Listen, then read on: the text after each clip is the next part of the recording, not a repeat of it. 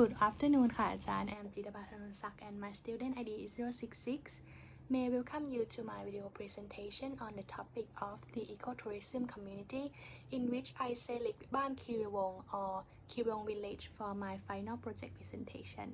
For stakeholders, the first one is local people as private sector. Since Ban Kiriwong is a community-based tourism, the villagers hold mostly full powers in terms of control and benefits. To illustrate, supervisors and leaders of Ban Kiriwong play an important role in publishing tourism policies.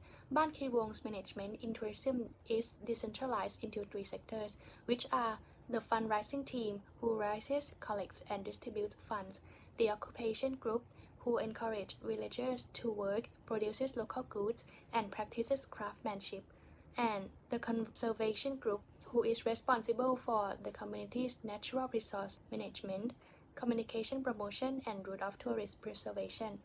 The village also established a sustainable ecotourism resource center that works similar to a community hub where it assigns duties to other subgroups. Apart from that, villagers participate in providing tourism experience, goods, and services sold in the village are produced locally by the members of the community, which vary from raw materials to processed products. Moreover, some villagers are involved in tourism directly as they work as local guides or become homestay owners. Next is Khao Luang National Park as public sector. One of Ban Kiriwong's activities is a trekking tour to Khao Luang Mountain Summit. And in order to offer this experience to the tourists, it is required to ask for permission from the park staff as well as inform participant numbers beforehand, in which the park also receives a portion of the trekking tour's fees. The first local community benefit is generating additional income for the community.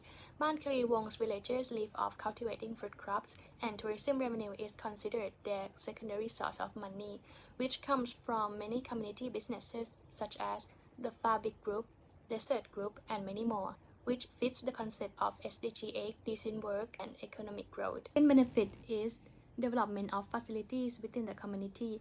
Ban Kiriwong portions the tourism revenue for facility development, like enlarging and fixing the paths that lead toward the villagers' gardens. Meanwhile, the Tourism Authority of Thailand also funded and built two main roads in the village as a result of promoting village tourism, allowing villagers to have better access to public utility, which fits the concept of SDG 11, sustainable cities and communities. The last benefit is pursuing education for children.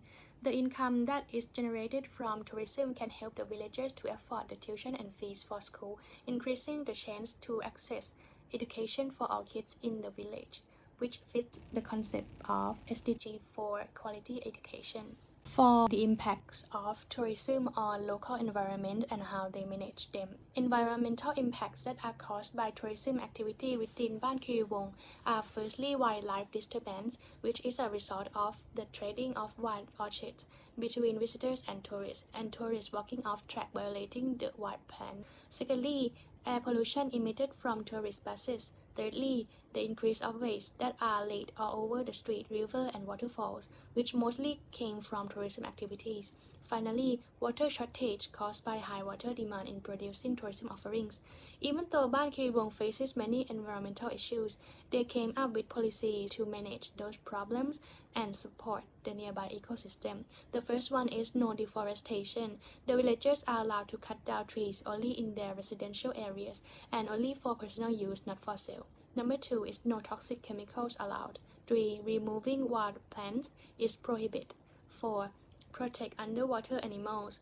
5. Preserve natural water resources. 6. Reforestation. And lastly, clean and safe pathways. For more effective solutions, the village held consultation every month with community leaders and members both participating, and they also reported the outcomes to all residents through speakers. Ban Kiriwong is an excellent community that will adapt ecological tourism and gains a lot of benefits through it.